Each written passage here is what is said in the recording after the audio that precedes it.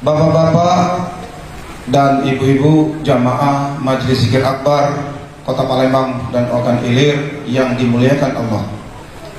Kalau tadi kita telah mendengarkan tentang legalitas di pengajian ini dan juga arahan ataupun sambutan dari Bapak Ketua Dewan DPRD Kota Palembang, dan sekarang akan kita dengarkan apa tentang perkumpulan pengajian ilmu tasawuf tarekat Naqsabandiyah ini, dan juga kita akan dengarkan penjelasan apa itu tentang thariqah. Jadi untuk ini akan kita dengarkan arahan dan bimbingan dari guru mursyid kita yang akan disampaikan langsung oleh koordinator Dewan Guru Mursyid se-Sumatera Selatan, yang akan disampaikan oleh Al-Mukarram Syekh Muda Muhammad Rajali Al-Muttaqin. Waktu dan tempatnya kami persilakan. Rabbukallahumma izil kirami farhusillah ilal kirami summa habibil mustafa dan Ilahi anta maksuda walidu kamadluba. Assalamualaikum warahmatullahi wabarakatuh. Yang pertama-tama kita panjatkan puji dan rasa syukur kita kepada Allah, karena pada malam ini atas segala gerak kehendak perbuatan perintah dan ridha Allah, kita semua dapat berkumpul di tempat yang mulia ini, itu Masjid Al-Furqan ya, Al-Ghubur.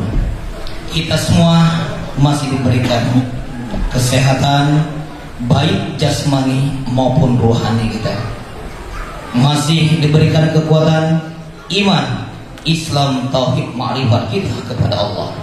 Seiring itu juga kita kirim salawat dan salam kepada junjungan besar Nabi Muhammad sallallahu alaihi wasallam, karena berkat beliau dan para sahabatnya lah kita dari zaman jahiliyah masuk dalam zaman terang benderang ini. Yang saya hormati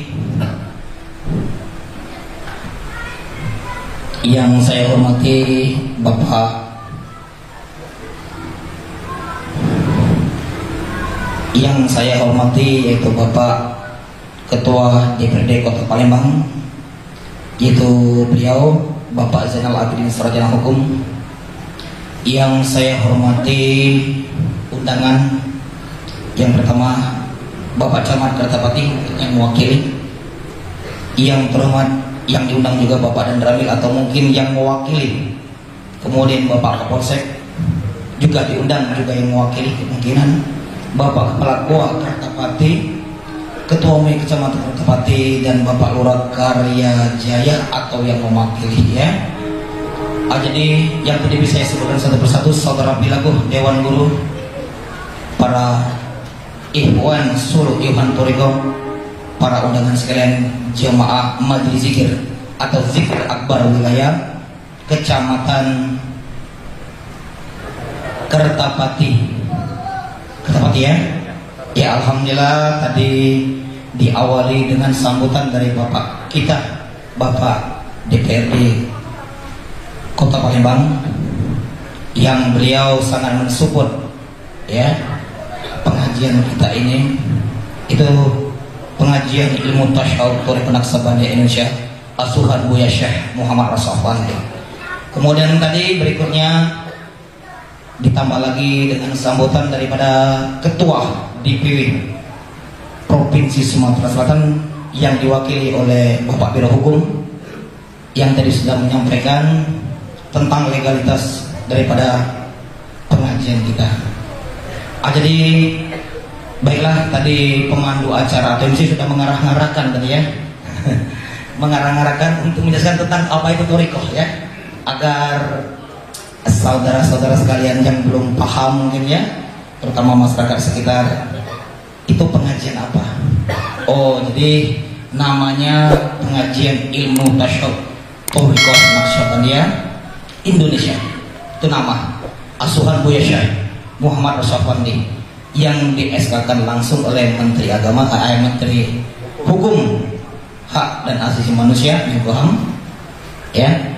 Kemudian kami berdiri di sini sebagai koordinator Dewan Guru Sumatera Selatan. Bidang kami yaitu di pengajiannya. Jadi saya akan menjelaskan sedikit tentang apa itu thariqah. Thariqah itu diambil dari bahasa Arab. Di surah Al-Jin ayat 16, wa anlau istiqomah ala thariqati la asqaidu man hadaka, kata Allah. Yang artinya, dan apabila kamu istiqomah di atas thariqahku, jalanku, kata Allah, maka ku curah. Jadi thariqah itu bahasa Arab artinya jalan. Jalan apa? Jalan seorang hamba untuk mendekatkan dirinya kepada Allah. Ya. Jadi thariqah itu jalan. Jalan apa? Jalan seorang hamba untuk mendekatkan dirinya kepada Allah. Ya. Bagaimana caranya? Caranya adalah dengan kita mengenal kepada diri kita. Ya, dalam satu hadis disebutkan man arafa nafsahu faqad arafa rabbah. Ya, mengenal diri kita ada dua. Yang sering kita lapaskan, sering kita ucapkan pada waktu lebaran sambil bersalam-salaman. Apa yang kita ucap? Innal aidin wal aidin. Mohon maaf lahir batin. Diri kita ada dua, ada lahir, ada batin. Yang jasmani disebut dengan lahiriah, yang batin disebut dengan ruhani. Ada jasmani, ada ruhani, atau ada lahir, ada batin. Itulah diri kita, ada dua unsurnya. Nah, jadi thariqah itu jalan. Jalan apa? Jalan seorang hamba untuk mendekatkan diri kepada Allah agar makin nanti bisa kembali kepada Allah. Yang Allah jelaskan di surat Al-Baqarah 156. Apa bunyinya? Inna lillahi wa inna ilaihi rajiun. Yang berasal dari Allah akan kembali kepada Allah. Yang berasal dari Allah yang mana diri kita? Tadi kan ada dua, ada jasmani, ada ruhani. Ya, yang berasal dari Allah inilah yang harus ada jalan mendekatkan diri kepada Allah agar bisa kembali kepada Allah. Itu yang dipelajari. Bagaimana jalannya? Jalannya bagaimana? Ini yang Allah jelaskan di surah Al-A'raf ayat 205. Fasquru rabbaka fi nafsika. Diperintah diri sendiri tadi berkekalan serta berzikir kepada Allah. Jangan lupa dan lalai lagi ingat kita kepada Allah. Waktu kapan? Fa idza qadaitum fasqurullah. Ya mawaqud wala junubikum, kata Allah. Di saat kamu berdiri, di saat kamu duduk, di saat kamu berbaring, diperintah kita senantiasa hati kita berkekalan berzikir ingat kepada Allah sesuai janji kita waktu di alam arwah. Ala astaghfirukum qalu bala sahirna, kata Allah. Al-A'raf 172. Jadi berdasarkan dalil-dalil tersebut, yang inna lillahi wa inna ilaihi rajiun itu bisa kita implementasikan, bisa kita realisasikan sesuai dengan petunjuk-petunjuk yang tertulis dalam Al-Quran dan hadis. Masih ingat Al-Baqarah 156 tadi? Inna lillahi wa inna ilaihi rajiun. Yang berasal dari Allah, yang itu juga harus kembali kepada Allah. Kembali itu bahasa Arab, bahasa Indonesia ya. Bahasa lainnya pulang, bahasa lainnya balik, bahasa Jawanya mulai, wangsul, apalagi kondur. Nah, kan? Yang orang Jawa pasti tahu nih. Nah, jalan kembali ini, jalan pulang ini, ya, ini yang akan dipelajari, ini yang diamalkan oleh murid-murid sekalian. Mana jalannya? Ini dengan senantiasa hati, ya, berkekalan berzikir kepada Allah seperti yang Allah perintahkan di Al-A'raf ayat 205. Fasquru rabbaka fi nafsika. Diperintah kalbu kita senantiasa berkekalan berzikir ingat kepada Allah di saat diri kita berdiri, berbaring, duduk. An-Nisa 103, Ali Imran 191. Pada saat kita berdiri, pada saat kita duduk, pada saat kita berbaring, hati kita senantiasa berkekal berzikir, ingat kepada Allah. Apabila sudah ingat kepada yang memerintah, apabila sudah ingat kepada yang melarang, maka perintahnya akan terlaksana, larangannya tidak akan terlanggar. Kenapa? Karena sudah ingat yang melarang, sudah ingat kepada yang memerintah. Yang jadi masalah ini tidak ingat yang merintah, tidak ingat yang melarang. Betul tidak, Bu? Pak? Lupa. Dan kalau kata Pak DPR kan laju kalau haram halal hantam, kan itu.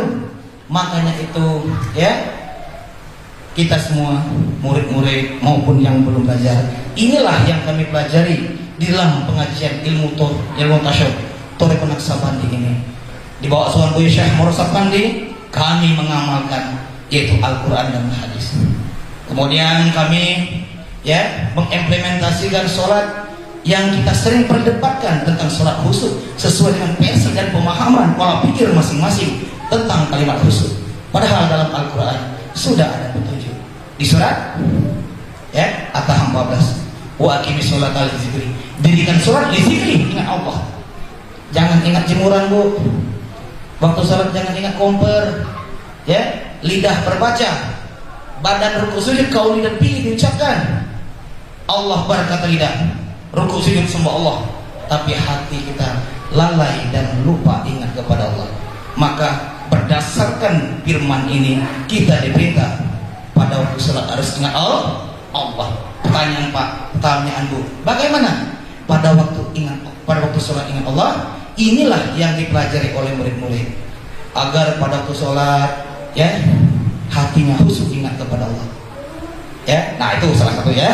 Kemudian setelah sholat murid-murid sesuai firman sesuai dalam satu hadis Rasulullah jelaskan Abdul Zikri fa'lam annahu la ilaha illallah. Kata Rasulullah, seabdul zikir la ilaha illallah. Bukan zikir yang tidak abdul, tapi abdul di antara yang terabdul. Karena ini zikir derajatnya lebih tinggi dari zikir-zikir lain. Kenapa? Mentauhidkan Allah. Karena mentauhidkan Allah. Itu zikir yang bagaimana? Zikir yang diijazahkan. Makanya murid-murid harus berhadap kepada guru karena akan diijazahkan zikirnya. Kenapa diijazahkan? Karena sudah perintah Allah.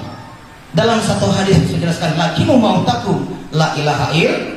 Ajarkan kata Rasulullah kalimat la ilaha illallah kepada orang yang akan mati. Kalimat akan mati ini yang banyak salah pemahaman, pengimplementasian. Orang di alam sakaraat mau diajar, cocok tidak? Kita manusia punya 7 sifat ma'ani Allah Ta'ala dipinjamkan kepada hamba. Kodrat, iradat, sama basar, kalam, hayat, dan ilmu. Pada waktu alam sakaraat maut 5 Tuhan cabut. Kodrat, iradat, kehendak, kekuatan Tuhan cabut. Makanya pada waktu di alam sakarat maut kita terbujur kaku seperti batang pisang. Kenapa? Karena kodrat iradat sudah Tuhan cabut. Tinggal apa lagi? Kalam Tuhan cabut, lidah laku. Basar penglihatan, dibuka mata tinggal putih mendelik.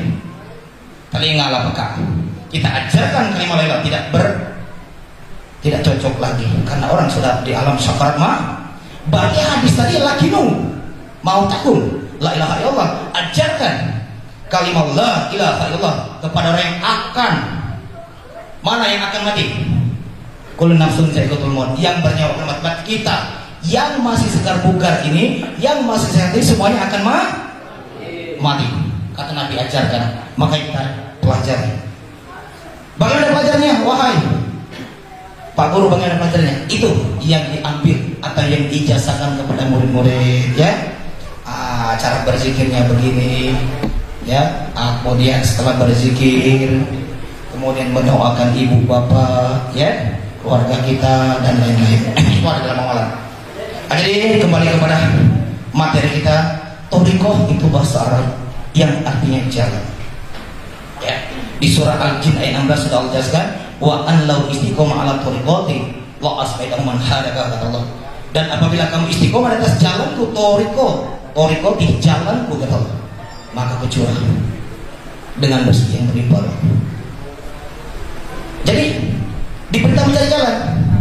Mana ayatnya?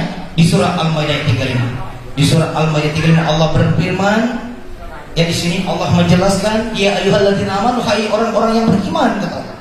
Ittaqullah, bertakwalah kepada Allah. Waftahu ilaihil wasilata, dan carilah jalan wasilah untuk mendekatkan diri kepada Allah. Berarti mencari jalan itu perintah Allah. Atau jalan itu kan bahasa Indonesia. Kalau bahasa Arab toriko. Berarti bertoriko itu perintah Allah. Fakta ayatnya Al-Maidah ayat 35. Ya ayyuhalladzina amanu, hai orang-orang yang beriman, ittaqallaha, bertakwalah kepada Allah, waftahu ilahil wasilah, dan carilah jalan. Sedangkan toriko tadi kan bahasa Arab artinya jalan. Berarti Allah memerintahkan jalan. Memerintahkan mencari jalan. Jalan apa? Jalan mendekatkan diri kepada Allah agar mati nanti bisa kembali kepada Allah. Itu yang dikatakan mati mendapat rahmat. Karena mati itu ada dua ya. Yang pertama mati mendapat rahmatullah, yang kedua mati mendapat laknatullah. Mana yang mati mendapat rahmatullah? Yang matinya kembali kepada Allah. Yang laknatullah, yang matinya mampir dulu, belum langsung kembali pada Allah. Ya gitu. Nah, tinggal kita memilih ya mau yang mana. Ya, itu hak kita mau yang mana. Silakan ya. Yang dipanggil atau yang mampir dulu. Ya ayat Tuhan nafsul bermain irji'i ila rabbika wa tamarri. Hai hamba yang suci, kembalilah engkau kepadaku. Itu dasar ayatnya. Nah, kita harus mengimplementasikan panggilan itu agar bisa inna lillahi wa inna ilaihi yang berasal dari Allah tadi kembali kepada Allah. Ibu-ibu mau kembali pada Allah matinya? Mau banyak-banyak zikir Bu ya. Banyak-banyak zikir ya. Setelah selesai sholat fardu atau sholat sunat, berzikir. Yang pertama istighfar seperti tadi. Ya, istighfar itu adalah ya, itu karena kita seorang hamba tidak lepas namanya lupa, lalai, hilaf dan salah. Makna dan istighfar itu adalah bertobat diri kita dari segala kehilapan kita, dari segala kelalaian kita, dari segala kesalahan kita. Kemudian disambung dengan wirid. Wirid adalah pengantar zikir. Maka baru berzikirlah ilallah. Jadi itulah toriko ya. Toriko artinya jalan. Jadi monggo ya bagi masyarakat seputar Jaya ini yang mau ya bertoriko atau belajar toriko, silakan hubungi ketua-ketua masjid di sini. Nanti dia akan sampaikan kepada dewan guru, akan diijazahkan zikir, akan ditampilkan zikir lahir, akan diijazahkan zikir kolbunya. Kan itu ya. Kemudian Bapak Dewan, kemudian tamu undangan yang lain mungkin agak kaget ini. Ini kawan-kawan ini ada yang pakai apa namanya? Sal, kalau bahasanya sal ini Pak Dewan. Itu ya, bukan jilbab tapi sal ya. Nah, ini kawan-kawan ini yang mereka sudah melaksanakan pelatihan Pak. Yaitu pelatihan di dalam suatu gedung namanya suluk. Suluk ya. Jadi setelah bertoriko cari jalan, suluk itu menempuh jalan. Ya, menempuh jalan. Pasluki subulan robiki zululan kata Allah, dan tempuhlah jalan kata Allah. Ya, untuk menuju kepada Allah yang dimudahkan. Jadi kalau kalimat dimudahkan ada dipersulit. Jadi makanya itu setelah kita berteko, ini kawan-kawan yang sudah pakai sal, jangan kaget ya. Ibarat kita belajar ilmu bela diri, perguruan Pak Dewan, itu ada sabuk apa namanya? Hanya sekedar tanda ya. Ada sabuk hitam, ada sabuk apa lagi? Putih ya, merah mungkin. Itu. Jadi ini tanda bahwa kawan-kawan kita itu sudah melaksanakan pelatihan. Ya, melaksanakan suluk. Suluk itu ya perintah Allah dalam Al-Qur'an di surah An-Nahl 69 di pertengahan ayat apa kata Allah? Fasluki subulan rabbiki zululan kata Allah, dan tempuhlah jalan. Makanya mereka itu diberikan sal ini. Kemudian secara tertulis mereka diberikan ijazah ya, sudah menamakan 17 mata pelajaran dalam Toriko Naqsabandi Asuhan Buya Syekh Muhammad As-Safandi. Kembali kepada Toriko tadi, apabila hati sudah berkekalan zikir kepada Allah, tidak lagi terpikir untuk berbuat dosa ya, karena alat untuk mensucikan dari sifat-sifat mazmumah, maka tidak lagi terbit niat untuk berbuat dosa. Maka secara tidak langsung ya, kita yang sudah belajar Toriko ini membantu pemerintah untuk mengurangi kejahatan. Tapi tidak berperang seperti Pak Polisi, itu tugas mereka. Kita memerangi kejahatan dalam lubuk hati yang Allah jelaskan di alam Al-Quran Al-Baqarah 10. Fi qulubi maradun. Dalam hati manusia ada penyakit kata Allah. Penyakit-penyakit hati ini sangat berbahaya, seperti iri, dengki, hasad, hasud, riya, takabur, ujub dan sum'ah, serakah, tamak, kikir, bakhil dan segala macam tadi. Apabila penyakit-penyakit tidak kita bersihkan dalam diri kita, maka keangkaran murka terjadi di muka bumi ini. Makanya itu murid-murid dibimbing, dituntun hukum agar senantiasa bertekun berzikir kepada Allah untuk mensucikan dari sifat hawa, nafsu, dunia, syaitan, iri, dengki, hasad, hasud, riya, takabur, ujub dan sum'ah. Semua sifat-sifat itu yang akan merusak tatanan kehidupan di muka bumi ini. Karena tekanan iri, karena tekanan dengki, karena tekanan serakah, maka manusia berbuat dosa di muka bumi ini. Maka dari itu murid-murid dibimbing, dituntun ya untuk mensucikan dirinya dari segala sifat-sifat masmumah dalam dirinya. Bukan merasa suci, ya beda. Di surat As-Sam istilah kalau jelaskan, celakalah orang-orang yang kotor hati dan jiwanya. Apabila Allah katakan celaka berarti ya neraka. Kenapa? Hatinya kotor, hatinya berpenyakit. Makanya surat As-Sam 10 Allah perintahkan, beruntunglah orang-orang yang mensucikan. Bukan suci, mensucikan. Artinya diri kita merasa kotor. Kita merasa kotor. Beruntunglah kata Allah orang yang mensucikan hati atau jiwanya.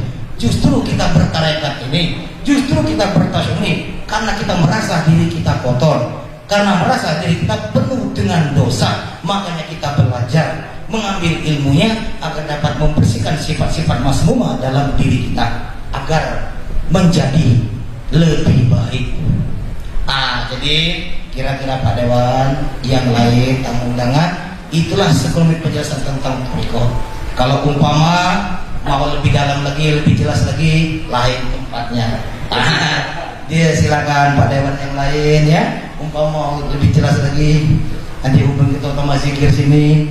Itu nanti akan lebih panjang lagi dijelaskan ya, akan lebih detail lagi ya dijelaskan. Mungkin itu saja yang dapat saya sampaikan. Saya manusia biasa ya, apabila ada kata-kata yang menyinggung perasaan ibu-ibu, bapak sekalian, murid-murid, saya mohon maaf. Kepada para sesila saya mohon maaf, kepada Allah saya mohon ampun. Saya akhiri, assalamualaikum warahmatullahi wabarakatuh. Dari Dewan Guru Mursik yang telah disampaikan oleh Koordinator Dewan Guru Provinsi Sumatera Selatan Al-Mukarram Syekh Muda Muhammad Rozali Al-Mutaqin yang bergaris silsilah ke-39 dari Rasulullah SAW. Bapak-bapak dan ibu-ibu, para jemaah sekalian, dengan telah didengarkan arahan dan bimbingan surah dari guru tadi, maka berakhir sudah rangkaian acara kita pada kesempatan kali ini dalam rangka zikir akbar, pengajian ilmu tasawuf Tarekat Naqsabandiyah Indonesia, asuhan Buya Syekh Muhammad Rashid Sapandi. Saya selaku pembawa acara, mungkin di sana sini banyak keliruan dan kehilapan, baik dari perkataan, sikap, tingkah laku dan perbuatan yang kurang berkenan, terlebih kepada Dewan Guru, para tamu undangan. Saya memohon maaf yang sedalam-dalamnya. Para silsilah saya memohon maaf, dan kepada Allah sama-sama kita memohon ampun. Marilah dengan sama-sama kita berkekalan hati kepada Allah. Sebagai wujud syukur kita kepada Allah, kita akhiri acara malam hari ini dengan sama-sama kita melapaskan hamdalah alhamdulillahirabbil alamin. Billahi taufiq wal hidayah. Wassalamualaikum warahmatullahi wabarakatuh. Oke.